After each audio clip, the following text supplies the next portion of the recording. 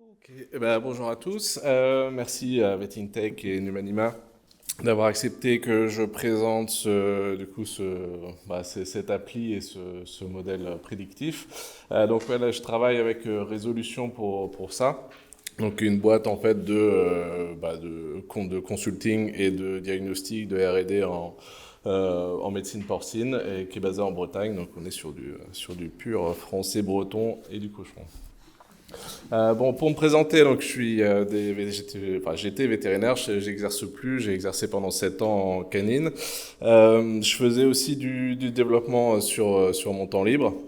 Donc j'ai développé un Toxivet, Antibiovet, l'appli MyPet as a Vet qui permet de communiquer avec les proprios en hospice, en chir. J'ai travaillé avec Dr Milou sur leur application aussi pour les vétos à domicile. Et là actuellement, je travaille en médecine humaine. Donc chez Dedalus, qui est en gros le principal éditeur de logiciels en santé et en diagnostic en Europe, et un des principaux au niveau mondial. Notamment, ils équipent la PHP, si vous voulez. Moi, je travaille sur la partie, l'équivalent du Vetocom pour les hôpitaux. Et du coup, là, il y a Farwin que je vais vous présenter aujourd'hui. Donc, si vous voulez, résolution. Ils sont partis du constat assez simple qu'il y a 60% des truies qui sont concernés par la naissance de mort-nés. C'est-à-dire que 60% des truies vont donner naissance à au moins un porcelet mort. Et il y avait des vieilles études, 1980 à peu près, qui donnaient... il y avait déjà des facteurs qui connus, donc notamment l'épaisseur du lard, la durée de la mise bas, la taille de la portée, et évidemment la gestion de l'élevage. Il y a des élevages qui sont plus ou moins, on va dire, prédisposés à faire de la mortalité. Et en moyenne, on a à peu près, donc ça va dépendre des études, ça va dépendre des pays, ça va dépendre des élevages, ça va de 5 à 15% de taux de mort-né pour les truies.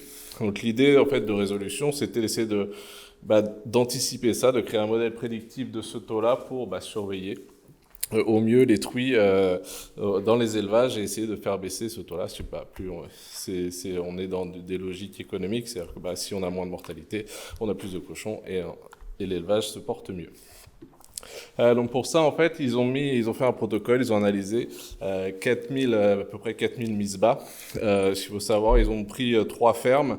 Donc c'est des fermes qui ont des taux de mortalité qui étaient faibles par rapport à la moyenne européenne ou française. Donc, ouais, ils ont tout analysé, être sûr qu'il n'y ait pas d'autres facteurs qui puissent impacter, que ce soit les maladies ou autres. Et donc ils ont pris aussi, l'idée c'était d'avoir des facteurs et des paramètres qui soient simples à utiliser en élevage. Parce que vous pouvez en avoir énormément, vous pouvez avoir les facteurs de bâtiment, des choses comme ça, mais l'idée c'était d'avoir des choses simples et reproductibles. Donc ils se sont basés en fait sur le nombre total de porcelets, puisqu'on sait que la taille de la portée va avoir un effet. Le nombre de nez, ils ont du coup récolté le nombre de nez vivants, le nombre de morts-nés, l'épaisseur du lard dorsal avant et après le sevrage, et le rang de parité, en gros c'est le nombre de mises bas qu'il y a eu pour cette truie. Ils l'ont fait du coup pour la mise bas, en gros N et celle d'avant. Donc avec toutes ces données-là, ils ont utilisé après en gros un réseau bayésien. Si vous voulez, pour faire simple, c'est les réseaux qui permettent de faire des prédictions. C'est-à-dire par exemple, si je veux savoir quel est le risque que j'arrive en retard à Numanima, je vais prendre le principe, est-ce que je me lève à l'heure, est-ce que je vais rater mon train, est-ce que je vais rater le métro, est-ce que le métro va y avoir un souci sur la rame et tout ça. Tout ça, vous avez des probabilités de tous ces événements-là. Et avec les réseaux bayésiens, en fait, vous pouvez les visualiser, les modéliser et avoir en gros quel impact, quelle est la chose qui aura le plus d'impact. Ici, le plus gros risque, c'était que je rate mon train éventuellement. Et donc, ils ont fait en gros, ils ont utilisé ces réseaux-là pour créer un modèle. Ça a été fait avec le logiciel Bayesian Lab. Donc, c'est une boîte en fait qui est spécialisée dans ce type de réseau-là et dans l'étude de données avec ces réseaux-là. Et en fait, l'idée, c'est vraiment d'avoir un modèle probabiliste et ça va nous permettre de quantifier les relations. Là, typiquement, pour notre cas, entre le taux de mort-nés éventuel et les paramètres qu'on a enregistrés. Donc ça, et avec du machine learning derrière, c'est-à-dire qu'en gros vous avez les données, vous entraînez sur le dataset et ainsi de suite, et vous arrivez à affiner votre modèle pour pouvoir avoir quelque chose qui soit fiable après dans l'usage. Donc le modèle final qui a été donné donc, grâce au logiciel Bayesian Lab et à l'étude de Bayesian. Donc pour notre taux de Mornay, on a quatre paramètres qui sont ressortis. Donc le rang de parité, ce qui était un des paramètres, on le savait déjà, donc ça, il n'y a pas de surprise. Il y a aussi du coup en gros, le taux de mortalité à la mise bas d'avant qui est sorti. Le nombre total de porcelainés, ça c'est pareil, on le savait déjà, c'est sans surprise. Et il y a aussi eu un impact en fait justement de l'épaisseur du lard dorsal, mais uniquement. En fait, il joue très peu dans le modèle, mais il va jouer pour les truies qui ont un rang de parité supérieur à 5. Donc, c'est pour ça qu'il a très peu d'impact. Lequel que vous voyez en avant des paramètres, c'est en gros c'est la mesure de divergence de Kullback-Leibler. Ça nous permet en gros de dire si on ajuste par exemple la parité, elle va jouer à 64% dans notre calcul de probabilité des Mornay. Donc c'est le facteur le plus important quasiment. Il faut savoir que le modèle a, j'ai pas de petits trucs pour vous montrer, mais en gros vous avez des petits paramètres là, 5 plus 3, 4, 1, 2, c'est le rang de parité. Ça, ce sont des seuils qui ont été mis en place, en fait, pour la parité, c'est des seuils qui ont été mis en place par résolution. C'est eux qui ont décidé, en fait, parce que c'est des choses qu'ils avaient remarquées en élevage, c'est des choses qui sont connues en gros, avec la clinique. Mais pour les autres, paramètres, les autres seuils, c'est le modèle, en fait, qui pour être plus précis, a mis en place ces seuils-là. Donc, en gros, le seuil de 8%, c'est un seuil qui était connu pour le taux de mortalité. Et en fait, grâce au modèle, ils ont réussi à mettre en évidence que, en fait, il y avait un seuil à 15% qui était intéressant. Donc, ça permet d'avoir ces trois seuils-là, supérieurs à 15, entre 8 et 15, et inférieurs à 8. Et donc là, c'est le même principe pour le taux, en gros, le nombre total de porcelets. Et après, pour l'épaisseur du lard dorsal, donc c'est en gros, supérieur à 15 ou inférieur à 15.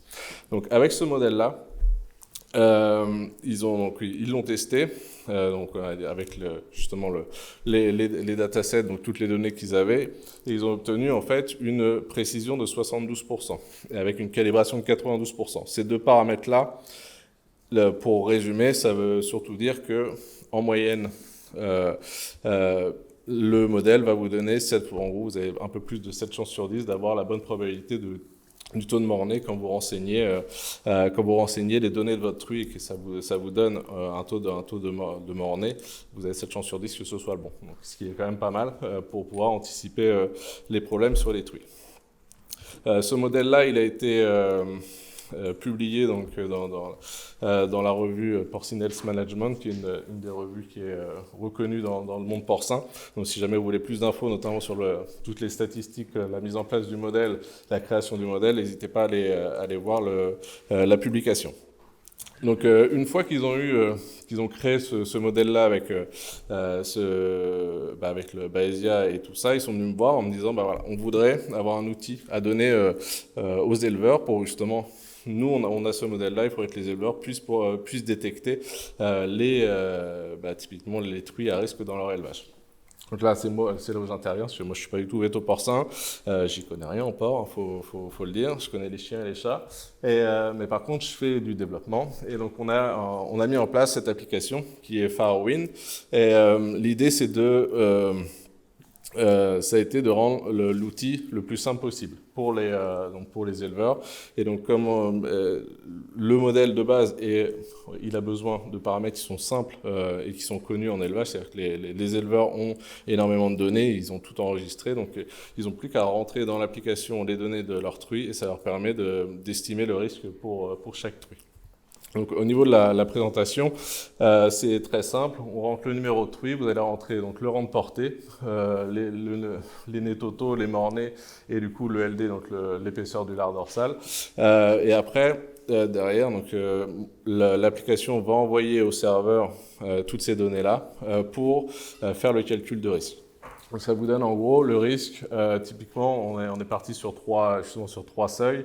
Si c'est inférieur à 8, le risque est faible. Si c'est entre 8 et 15, on est sur un risque important, élevé. Et si on est supérieur à 15, on est sur un risque très élevé. Donc en gros, ce qu'on appelle risque très élevé, c'est on a un taux prédit qui est élevé. L'éleveur a ensuite tout l'historique de ces truies, il peut refaire des calculs pour la mise bas qui suit, et on a aussi, après on peut gérer par bande. Je ne sais pas si vous connaissez en gros l'élevage porcin, mais il gère ça en bande, et donc en gros on peut avoir, après on a les statistiques par bande. Et, donc ça c'était on va dire la version initiale, on faisait une truie par une truie. Sauf que dans les faits, vous avez en gros des bandes qui vont faire entre 20 et jusqu'à 100 truies. Et en fait, surtout, ce qu'ils ont remarqué, c'est qu'en screenant toute la bande, on pouvait faire ressortir des truies à risque qui n'étaient pas suspectées du tout par l'éleveur.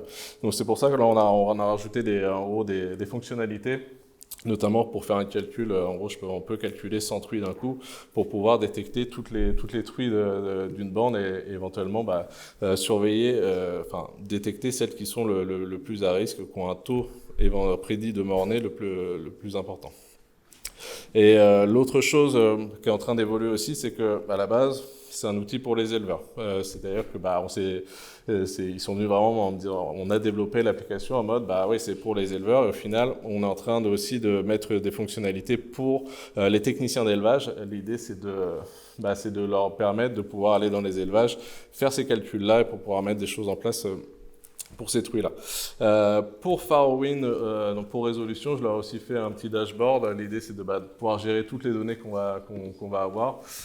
Donc, ils peuvent, en gros, l'idée, c'est de pouvoir exporter, trier, analyser par bande et tout ça. Donc voilà, tout ça, ça a été développé sur mesure pour eux, histoire qu'ils puissent gérer au mieux les élevages qui sont suivis par cette application-là. La deuxième chose, c'est que maintenant, donc on a un modèle, on a un outil pour faire les calculs. L'idée, c'est de comparer vraiment ce modèle avec le terrain, parce qu'il n'y a pas d'intérêt d'avoir un modèle qui ne sert pas sur le terrain. Donc c'est pour ça que Résolution a fait une autre étude. L'idée, c'est de comparer tout simplement. On a une truie, on fait la prédiction par l'application et on voit est-ce que en gros l'application avait raison ou pas. Donc on a pris les seuils qui étaient marqués, donc le seuil de 8%, le seuil en gros de 10% et le seuil de 15%. Donc l'idée c'est vraiment du oui/non. Est-ce que ce qu'a prédit l'appli en gros concorde avec ce qui s'est passé dans la vraie vie, et voilà. Et donc au niveau des résultats. Pour le seuil de 8%, en gros, le taux de mort-née prédit par l'application et ce qui s'est passé dans la vraie vie, on a une concordance qui est autour de 68%, donc qui est un petit peu en dessous de ce qui était estimé à la base par le modèle, mais qui reste en gros autour de 7 sur 10, ça se trompe pas non plus énormément. Pour le seuil de 10%, on était à 77% de concordance entre ce que détectait l'appli et ce qui s'est passé dans la vraie vie. Et pour en fait, là où on va dire le modèle performe le mieux, c'est pour les truies qui ont un risque, en gros qui a un taux de mort-née prédit de plus de 15%, où là on a une concordance qui monte en gros en moyenne entre plus de 80%, voire même jusqu'à presque 90% dans certaines fermes. Donc on a un modèle au final qui marche très très bien pour détecter les truies qui vont avoir, en gros, qui sont à risque de faire un taux de mort-née très important. Ce qui est le but au final de cette application. Pour la suite, ça va être l'idée, c'est que là maintenant on a en gros un modèle qui marche, ça marche sur le terrain. L'idée c'est qu'est-ce qu'on en fait. Une fois qu'on a détecté cette truie, c'est quoi la suite, parce que ça l'application ne le fait pas. C'est là où Résolution intervient notamment pour mettre des choses en place.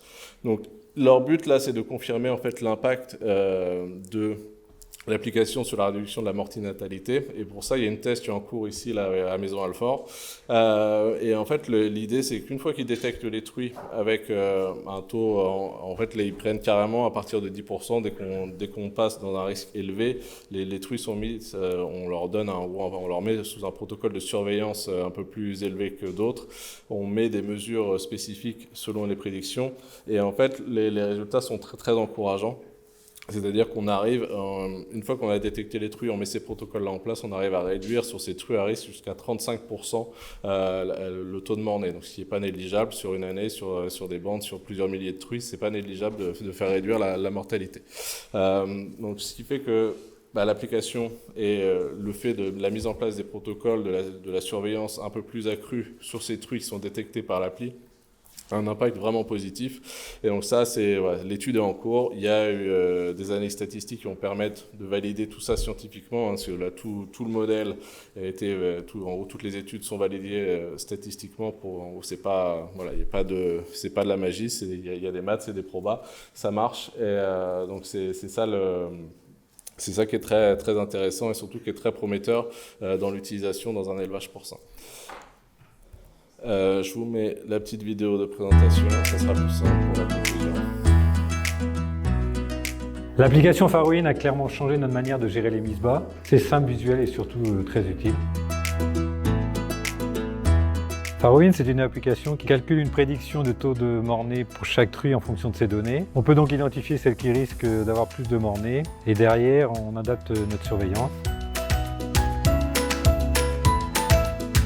La prise en main était très simple, l'interface est claire, on est bien guidé, on prépare à l'avance les infos qui sont nécessaires au calcul de la prédiction du taux de mort-née, à savoir les données de la mise bas précédente, le rang de portée et le LD avant mise bas. On obtient un tableau clair avec le niveau de risque pour chaque truie. C'est très rapide à utiliser, même pendant une période chargée. Avant, on n'avait pas de ligne de conduite très cadrée pour surveiller les truies. Maintenant, on sait lesquelles sont potentiellement à risque. Donc on les installe ensemble dans la maternité pour les avoir sous les yeux et on s'organise pour passer les voir plus souvent. On a aussi défini un protocole avec notre vétérinaire pour ces truies-là. Alimentation, température, présence humaine pendant la mise bas et on est donc plus réactif et plus précis. Les premiers résultats qu'on a pu observer, c'est vraiment très encourageant. On note une baisse du taux de mort-née qui approche les 25% et surtout on se sent plus serein dans notre façon de suivre les mises bas. On a une vraie méthode, on anticipe mieux et ça se ressent dans le bien-être global de l'élevage.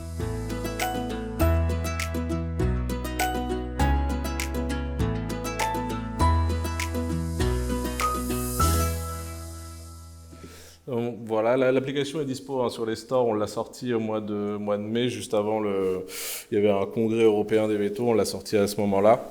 La suite, ça va être la présentation au SPACE 2025. En gros, l'appli est présentée pour essayer d'avoir le prix InnovSpace pour, je ne sais pas dans quelle catégorie, mais en tout cas, ils ont postulé pour ça. En tout cas, voilà, c'est un nouvel outil, c'est innovant en médecine porcine, c'est validé scientifiquement, donc j'espère que ça va permettre d'améliorer les choses en élevage pour les éleveurs. Voilà, si vous avez des questions, n'hésitez pas.